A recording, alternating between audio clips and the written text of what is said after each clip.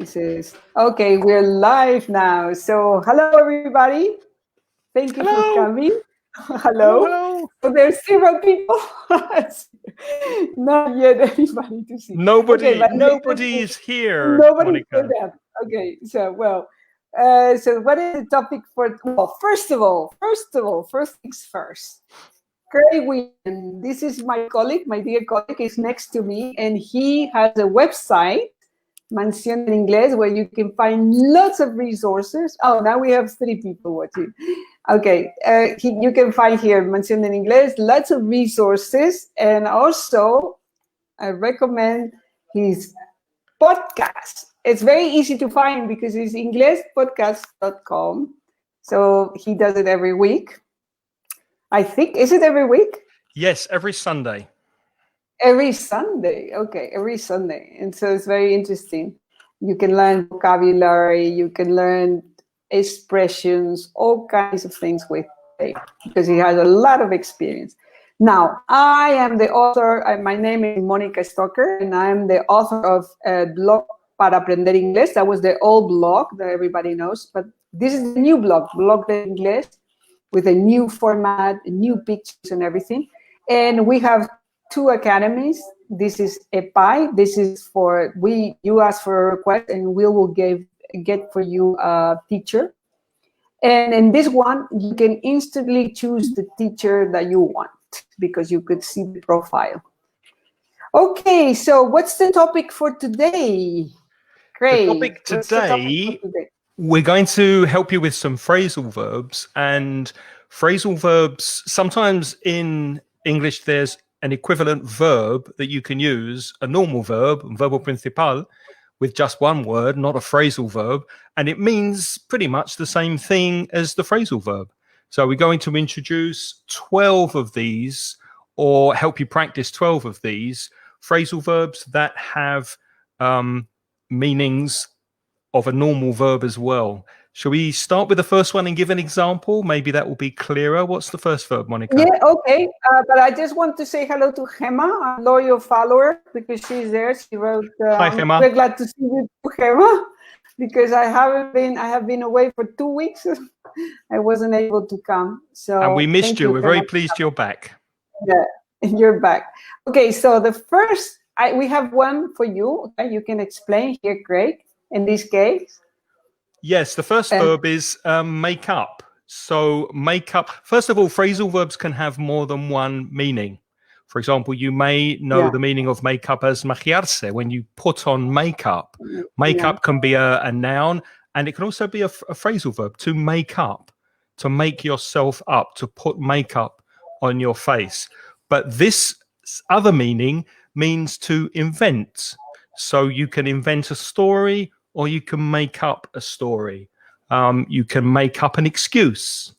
I made up an excuse yesterday. I was speaking with a friend who's coming to Spain next month, and he wanted me to travel all the way to Malaga to visit him and see him. And I really want to see him, but I really don't want to travel very far during the pandemic at the moment. And I didn't really want to travel, and I have work as well. So I didn't say no. I made up an excuse. I made up a small excuse to give a reason why I did not want to meet him. So that's make up, to invent something. One very interesting thing about that I didn't know, well, many years I learned this, that many of the equivalent verbs are Latin verbs. So are very easy for Spanish speakers to learn, because our Spanish language is Latin language. So if you, for example, have trouble remembering makeup and you think of invent, then it's much easier, no? How can, I can use invent. Okay, how do you say in a phrasal verb, makeup? Well, we didn't define phrasal verbs. What is the definition of a phrasal verb? Because some people, many people already know, but somebody might not know what phrasal verbs are. A phrasal verb is a multi-word verb. So it can be a verb with a preposition or a verb with an adverbial particle. And make up is an example. Make is a verb, up is a preposition, put those two together, and you have a phrasal verb, make up. They don't exist in Spanish. They're really difficult sometimes for people who are learning English because native speakers use them quite naturally. And also another difficulty, as I said before, they can have more than one meaning, a literal meaning, an idiomatic meaning. So they're quite tricky, phrasal verbs. Yeah, that's why everybody hates them, but I love them. Why do you love them? Because they're fun. They're fun to use. Like the funny thing about them, for example, I'll talk about the next one. The funny thing is that the verb, the original verb, when you add the preposition, really the meaning has nothing to do with the verb. That's why they're so difficult, because if you think of this verb, turn, it means girar, no? Dar la vuelta, turn, to turn. But if I add down, it has nothing to do. It means to reject. So the formal verb would be to reject. So we can, for example, Elizabeth's application was turned down because she didn't put her name on it, for example. We could say that, no? So instead of saying was rejected, it was turned down, no? So another example, Craig? Can you think of another? Monica, have you ever turned down a job? Yes. Have you ever refused or rejected a job offer?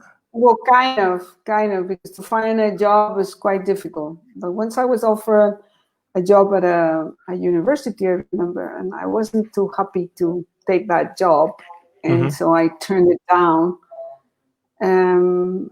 I thought I made the right decision because I like to work on my own. And then, well, if I worked for somebody else, maybe I wouldn't be so happy. Notice that Monica said, I turned it down. She put the object in the middle because some phrasal verbs are separable, which means you put the object in the middle. So Monica said, I turned it down. And we know it is the job. But she could also say, I turned the job down. And she can also say, I turned down the job. But she cannot say, I turned down it. So if it is your object, it must go in the middle of the verb and the particle. So Monica turned it down. Okay. Then we have to come back. Okay, this is for you, Craig. Come back is return.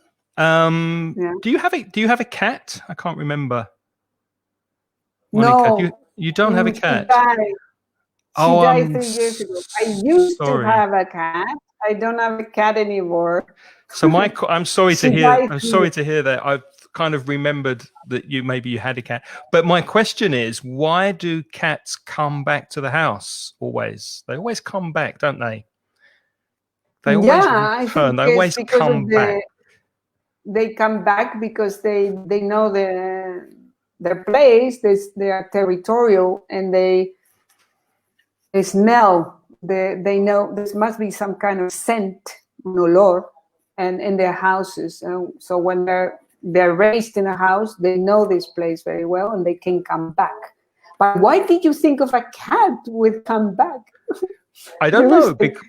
Just as an example, because cats come back. I think they come back for the food. I think they come back to eat. Also, okay, they have shelter and food, no? So they come back, but people also come back for the food. Some people only come back for the food too. For example, children, when they go away, when they grow up and they go away, they come back sometimes because it's nice food, no? Monica, Sarah, hi Sarah. If you want to practice these verbs while we're speaking, then write examples in the chat box. So that's make up and turn down. You can write your own examples. Dogs come back sometimes. Cats always come back to the house. Yeah, return. What's the next one? And sometimes children come back. And sometimes children come back. The next one is for me. Okay. That's very. This is how can you relate put off with postpone? It's very difficult because it has nothing to do. Put es poner, and off es como desconectar, ¿no? So you keep putting off our meeting, Craig. I know, So I'm terrible. We set a date, and then Craig says, no, sorry, I cannot do that. I cannot make it. I have another appointment. So he keeps putting off. You can put off a meeting, an appointment, you know? So a concert, any event, no? And the phrasal verb is put off, but we have a Latin word that's quite easy to remember, and it's to postpone. The same in Spanish, so very easy to remember. Any other examples with put off? Well, I've been putting off going to the gym. I've been putting off doing exercise. I've become very lazy since the epidemic started, since the coronavirus pandemic. And I've been constantly putting off doing exercise. I went to the gym 2 days ago and I wanted to go today, but I put it off. I put it off. I postponed now notice what he does.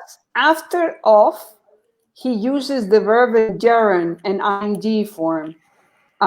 Putting off doing some exercise, putting off going to the dentist. Yeah, you can, that's an appointment actually. They're all appointments that you have. So always remember, when you have a preposition, use the verb that follows goes into gerund, not infinitive. Okay. Right. So, Bea has a question. Can we use put off to say apagar? No, that's turn off. Turn off, or switch off. Switch off or turn off is apagar. Mm-hmm. Turn off the air conditioning, switch off the television. It's another phrasal verb, but it's also a phrasal verb. Mm-hmm. So, but it's confusing because in Spanish, is the idea, I understand why she asked this question, because you get the idea that put off is como apagar, because it's with P, so apagar, but it's turn off, switch off.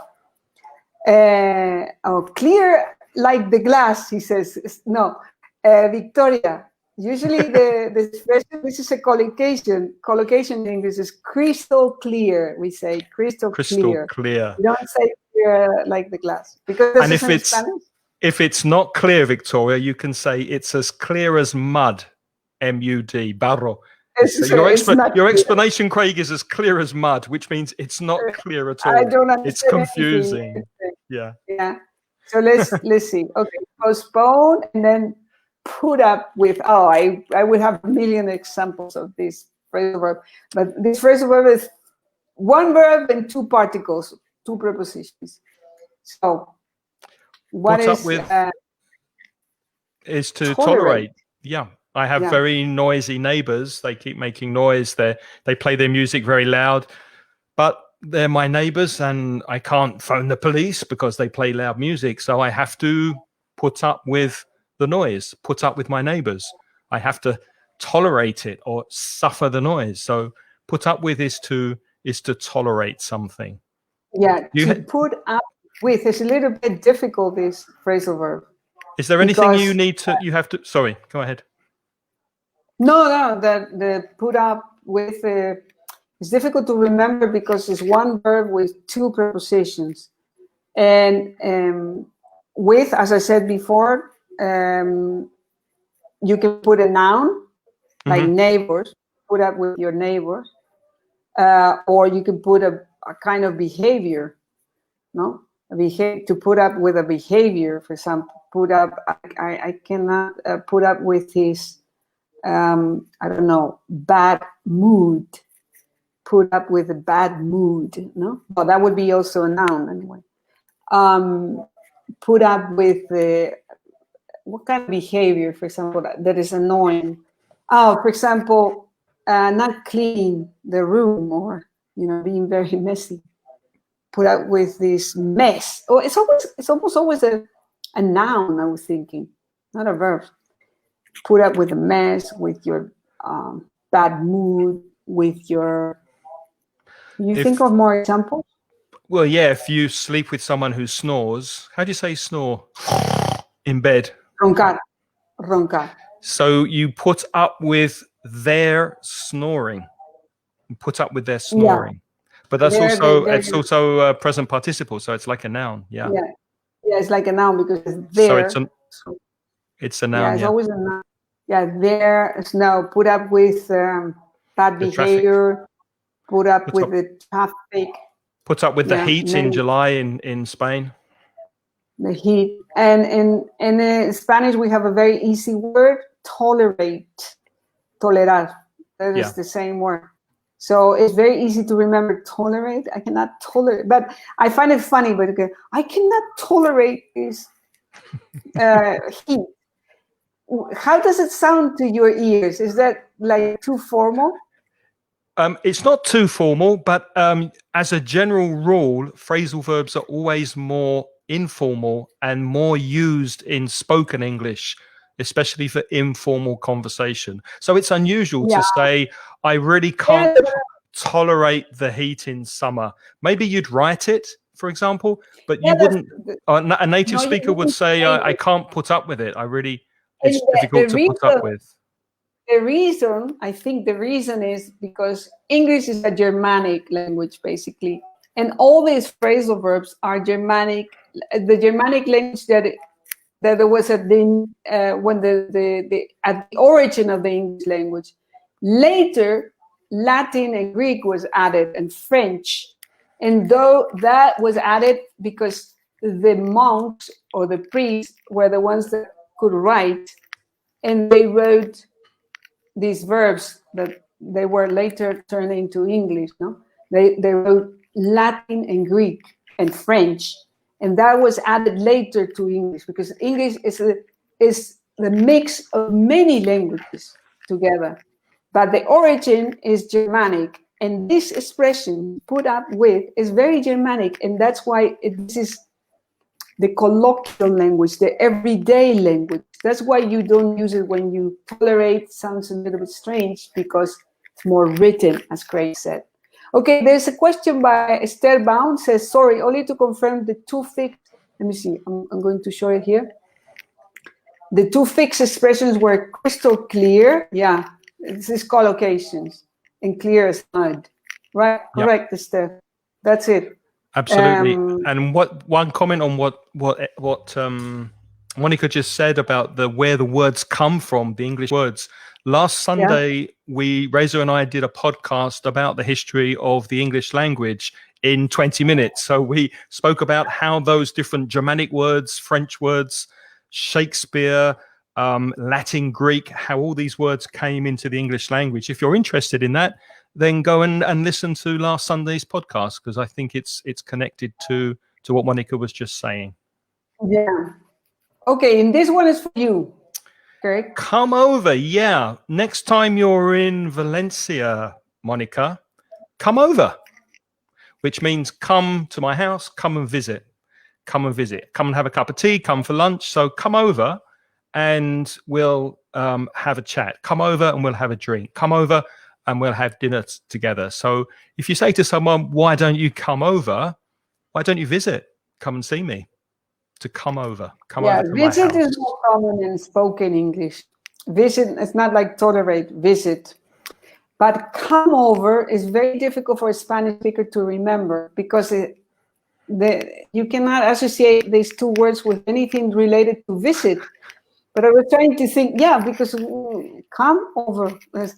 And it's like, over is because you are in a different place. Over here, no? Over.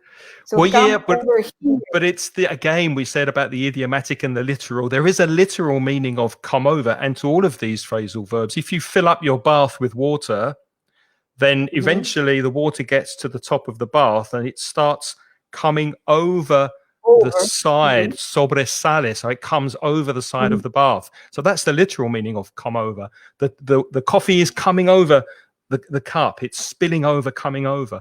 But this visit isn't a literal meaning of come and over. It's an idiomatic meaning, and it just means visit me. No, but that's why I'm trying to think about it. It's true what you're saying, but I'm trying to think a way to memorize it, because many times it's very difficult to memorize these verbs because you cannot relate them to anything in your life.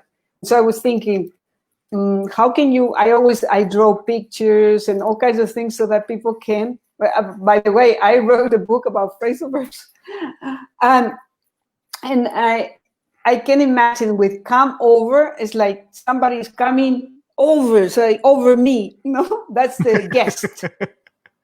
Yeah, you can try to picture something in your mind of someone flying over your house, someone flying over your flat, flying like a bird. And if you imagine that over, maybe that helps if you have a picture in your mind. Yeah, the visual. I always try to visualize these verbs because otherwise it's very difficult to remember. Okay. Baya's asking if it's the same as come round. Yes, in the sense of visiting your place, your home. Yes, Baya, it is the same. And there are many expressions. You could say pop over, P-O-P. You could say pop round. Pop in and see me. I'm going to pop in and see my grandmother. So there are many expressions of come and visit me. Yeah, in many occasions, the preposition is indicating direction. So pop in. So pop is like estallar, in. So pop in. It's like suddenly somebody. So for example, I am having lunch and then suddenly Craig pops in, pop in. Yeah, you were having lunch. You were having lunch, Monica, and you invited all of your friends to come over, but you left me out.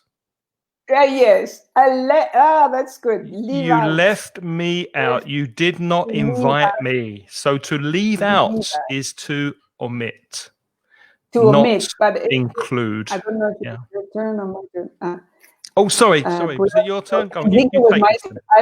I don't know. But I wanted to say, I want to add some information about this. It's like leave out can be a person, but it can also be an object. So you can see, or you're writing something, you left that out.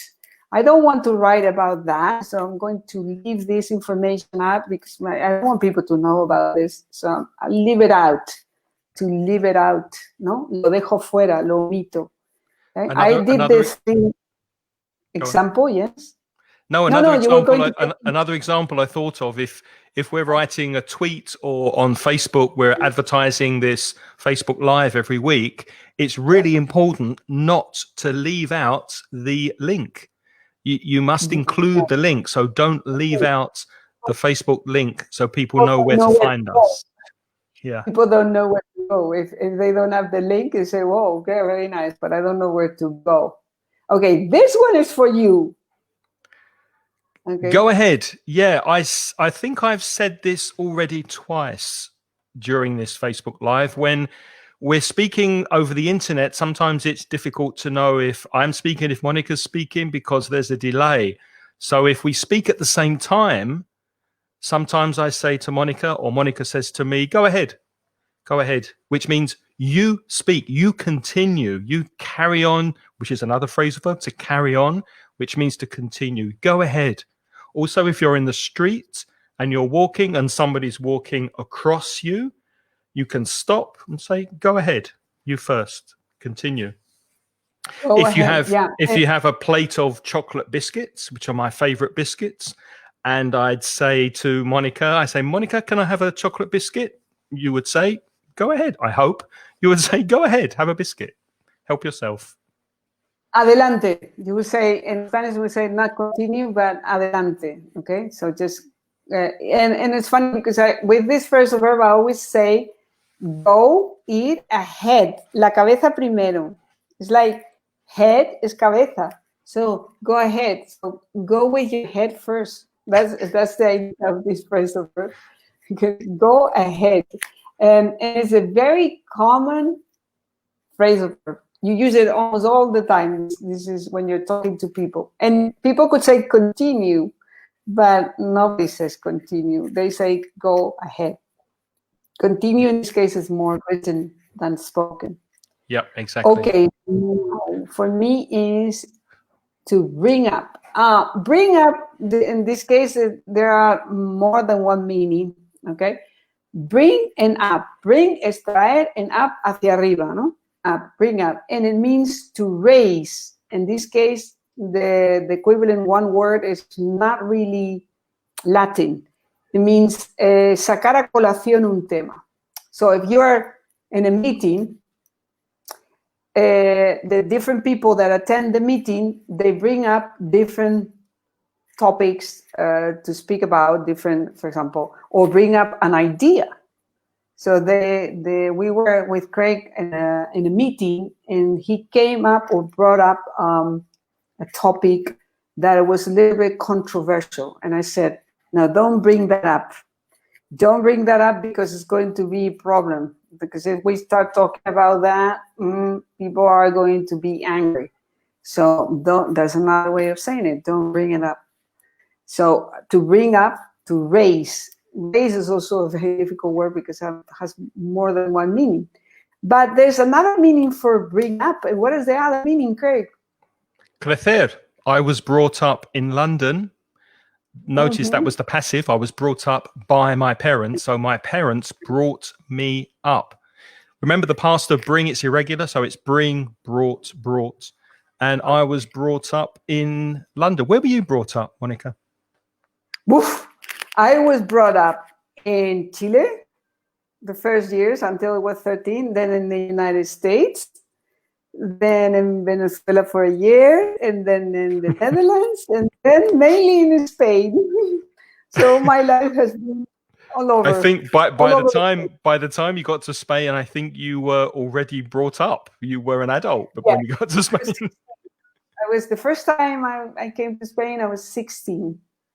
So I was already brought up. Yeah, because I don't know when does it stop? When you're 18, or when it stops when you're independent, really. So maybe 18 when you're an adult, when you can support yourself, you can work and you can vote and you are independent. So it's quite difficult because I couldn't support myself until I was 25 or 26 or 20 something. Yeah. No. So that's quite long. So to when does it stop? Well, it's the same in Spanish. Criarse, and usually we use it for small children only. Me crié, or crecí. Okay, go ahead. Criar and crecer is not exactly the same. Okay, here we have one that is used by detective. Look into. Is it me now? Look into is investigate. For example, you probably have noticed in the news that China is imposing more restrictions on people who live in Hong Kong. So a lot of companies who are based in Hong Kong, foreign companies, at the moment they are looking into the possibility of moving their business to another country. For example, some of the New York Times employees are moving to Korea. So many companies are looking into the possibility of relocating their businesses. And they're investigating it. They're seeing, is it possible? What are the advantages? What are the disadvantages? So if you're looking into something, you're doing research, you're looking at the pros and cons, and you're trying to get to a decision. You're investigating. Obviously, also Monica's mentioned a good example of detectives, because if there's a crime, then the police need to investigate or look into the crime, look into a murder, look into a robbery. They're looking for clues and they're investigating what's happened. So that's look into. No, and also when somebody, for example, somebody asks you a question, they ask you a question and you are not sure about it because you don't have the information, no?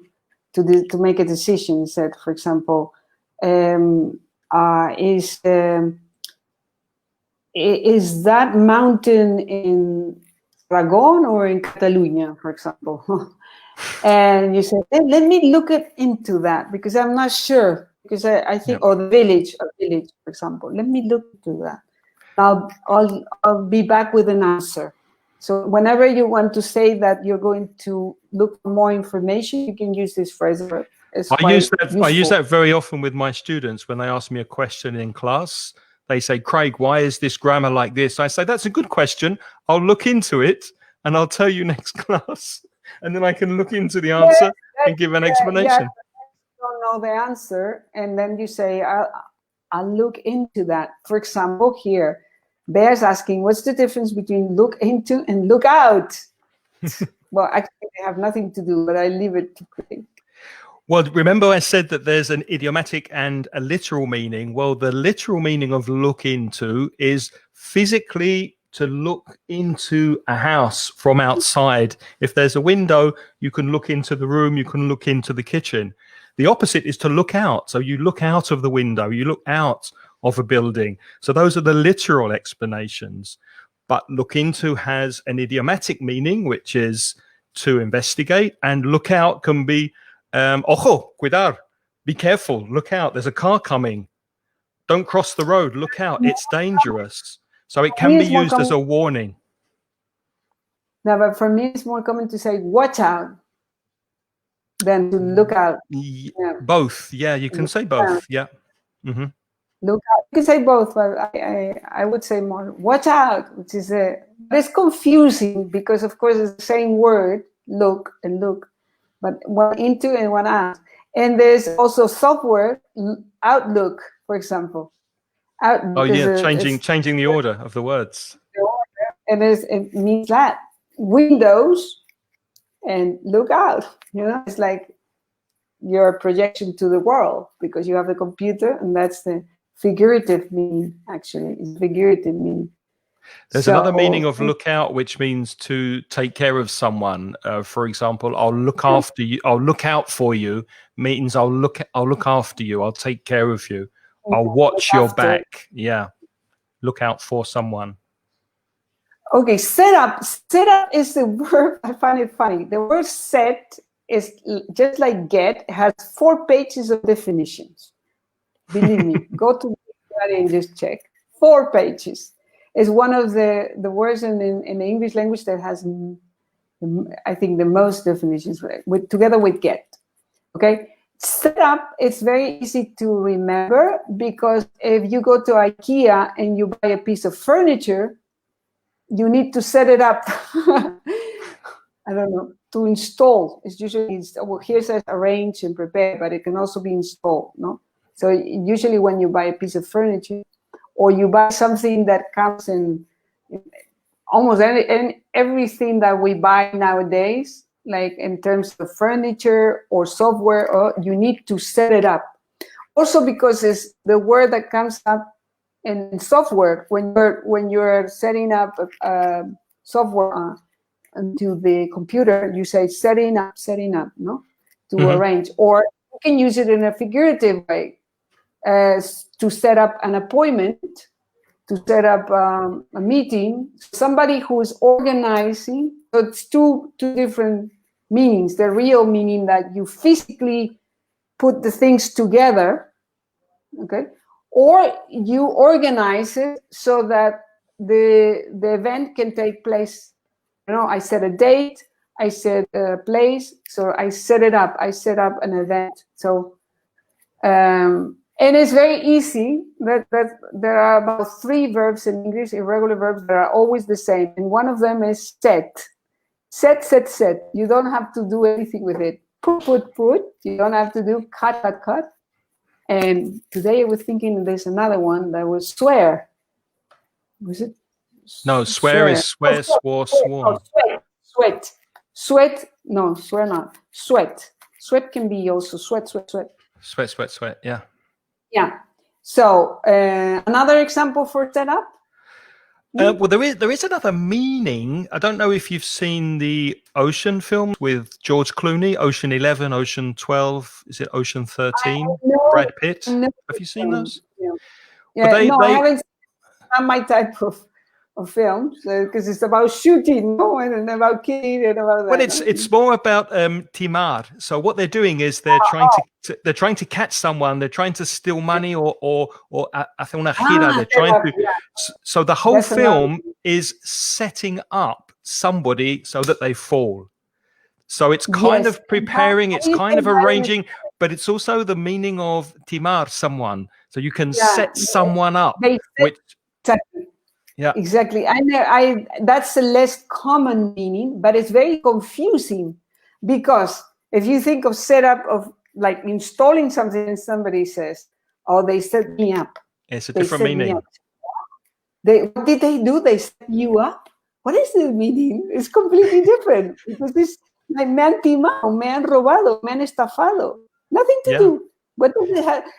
Craig, how can you explain this? It's like nothing to do. I can explain it very easily, Monica. There's a group of about 12 or 13 professors sitting in Cambridge University, and every year they think of really, really difficult meanings for phrasal verbs, just so that people who are studying English get frustrated and get annoyed.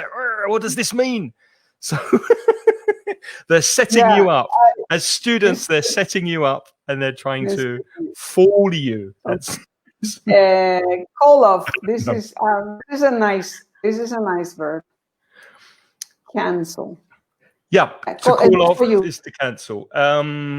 We spoke about postponing a meeting, which is to put off. Don't confuse put off with this. No, it's different. If you put off a meeting, you're making it a later date. So not tomorrow, next week. That's been put off, but it will happen. If you call off something, then you cancel it completely. It doesn't happen. So the meeting's being called off due to illness, or the party has been called off. The conference has been called off because of the pandemic. So it's been completely cancelled. You can call off a wedding, you can call off a conference, you can call off a meeting. Any arrangement that you make can be called off. So the meeting was called off, or the conference was called off. And that's happening, very sadly, that's happening a lot. The Olympics was called off, wasn't it, in Japan? Yeah, a lot of events have been called off. Yeah. And sad. I was going to say, how can you remember this? And I was thinking, you call and then, it's like you go and then no. It's just mnemotechnic techniques, no, so that you can remember, because it's very difficult. If you think of put off, put out, it's very confusing, because what's exactly the difference? And that's why it's so important to listen to English and to listen to all these words in context and films, and because otherwise, if you have to learn by heart all of them, it's you repeat, but they don't mean anything. You have to see the situation. And I have an idea. There are many mobile phone apps. One example is Memrise, MEMRISE, where you can use things called flashcards on the phone. So you write call off and then you write cancel, and you have to match it, or you have to try to remember the meaning of the phrasal verb or the full verb. So you can use apps to test your memory. And when you start learning the words, they don't appear as often. So you can put all of these phrasal verbs inside the app and then practice with the app like a game, trying to remember which phrasal verb. Pardon? The name of this app? What is the name of this app? Memrise is one app. I think Anki, A-N-K-I, is another. There are a few.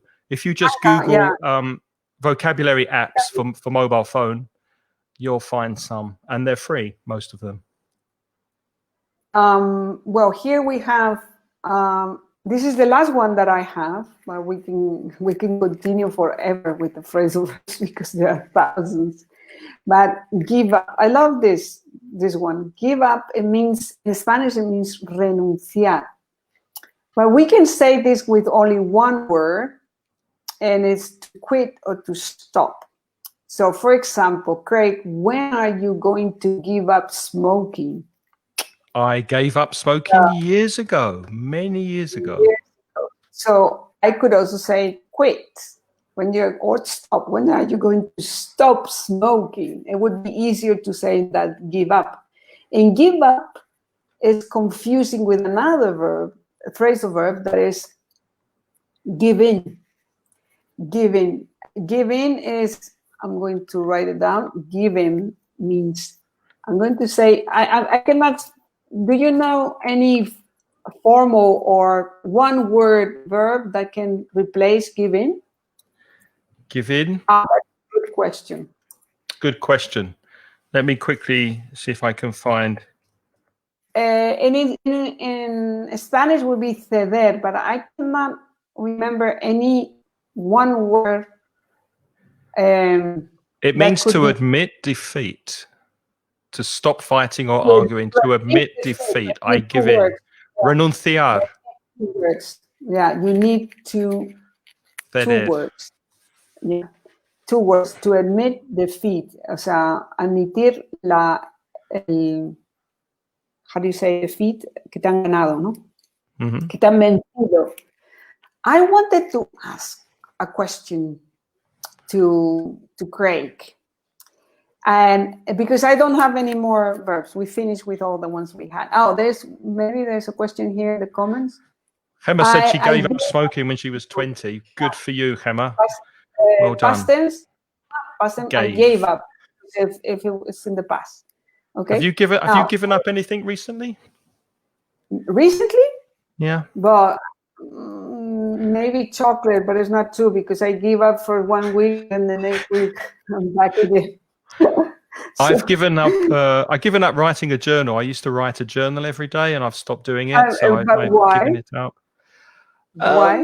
Because I wasn't really doing anything. I was just staying at home and working, so there wasn't anything to write, so I gave it up. Oh, to write a journal, that's interesting. Yeah. I did that when I was a teenager. Like, I met Peter, he's so good looking. No, it wasn't. I wasn't writing things like that. Like, I was writing things more like I really enjoyed going for a walk today and seeing the birds singing in the trees and things like that. Elizabeth. Yeah, I cannot believe that. Oh, but that's nice. It's like a book. So right? Well, yeah. Let's answer Elizabeth's question. Can you use phrasal verbs in a commercial letter or only in an informal email? Good question. Yeah, you know what? This is exactly the question that I was going to ask you. Really? So he read my mind. Not exactly commercial letters, but I was going to say, can we use phrasal verbs for writing in general? And she asked the same question. Very good question. And my answer is, if you know a full verb, like we've been showing you today, in place of the phrasal verb, in formal writing, it's always better to use the one-word verb. For example, you're writing to a customer and you're writing to apologize, and you say, I want to apologize. I would like to apologize for postponing last week's meeting. Is more formal, it's more correct than saying putting off. So just remember that the full verbs, the one-word verbs, are always more formal, especially in written English, than the phrasal verbs. So use formal one-word verbs and don't use phrasal verbs if possible. However, in formal writing, you can use phrasal verbs, and it's good to use phrasal verbs, especially if you're writing in an exam, if they're not very informal phrasal verbs. So that's when you get to a higher level, you have to know when to use them. So that's my advice. Yeah, because there are certain phrasal verbs that we can consider neutral, that are not informal, and that's why you can use them in writing, and even in an exam you can use them in an essay because they're neutral. I cannot think carry out, for example. Carry out is a phrasal verb that is neutral, is not informal. It's and you have many more, but you have to know. The problem is that you have to know which one is which. And this you can only have, this knowledge, you can only have it if you've been speaking with natives, because you have to do a lot of listening of native speakers to see, to realize, and also to be in the context to really know how and when to use them. The answer is try to avoid them if you don't know if they are formal or informal. Because just use the normal verb, and all of the 12 phrasal verbs we practiced today have one word equivalents: make up, invent, turn down, reject, come back, return. So just use the normal verb. Don't worry. In formal English, don't worry about the phrasal verbs. Yeah. Yeah, that's why I suppose the recommendation is don't use phrasal verbs when writing, because it's difficult to know when it's neutral or when is formal. So that's anything else? I don't see any more comments.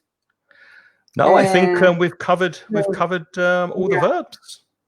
Yes, we did everything, and I don't know, there are no more questions, so I think we can remember to. I wanted just to remind people that you have Mansión Inglés and Inglés Podcast. So Craig Wealand is the speaker here with another colleague at English Podcast, and every Sunday you can listen to him, and he has covered all kinds of topics, huh? Because I've seen very, very various topics with the podcast, including phrasal verbs. And I myself am writing currently in Blog del Inglés, and you're going to see a post, I suppose this week, I suppose not, because I'm going away, but soon enough, the same video, this video is going to be on a blog post. What are you looking for? Looking for is buscar. I'm looking into, remember, Craig, what are you looking for? I'm looking for your book, your phrasal verb book. I wanted to show everybody your book, because I have a copy here. Mónica wrote a very good book about phrasal verbs. If you want to study more, what's it called? Because I was looking for it, I can't find it here. Phrasal verbs. It's called phrasal verbs. It's called phrasal verbs. Easy to remember. Yeah, very easy to remember. You look for. And the last question here: I'm preparing for the B1 Cambridge exam. Do you recommend? You recommend using phrasal verbs in the writing part, only if you know them very well. Yeah, Bea, if you know that the phrasal verb is correct and you're using it in the correct context, then yes, it's good to use the phrasal verb, especially for B1. But if you're not sure and you can't quite remember, you're not sure of the particle, the preposition, and you know the full verb, then use the full verb. Play safe, yeah. But if you know the phrasal verb, then yeah, it's good. It's good to use it. Definitely. Okay, so that's it for today. So remember, I'll say one more time that I write here in the blog, and you can find lots of resources. Okay, it was nice to see you again, and we'll see each other next week. Hopefully. Same time, different Facebook page. Okay, different Facebook. The next Facebook Live will be on his page, Mansión Inglés. Okay, thank you very much. Thank you very much. Thanks for being here. Have a good week and stay safe. Have a good weekend. Bye-bye. Bye-bye.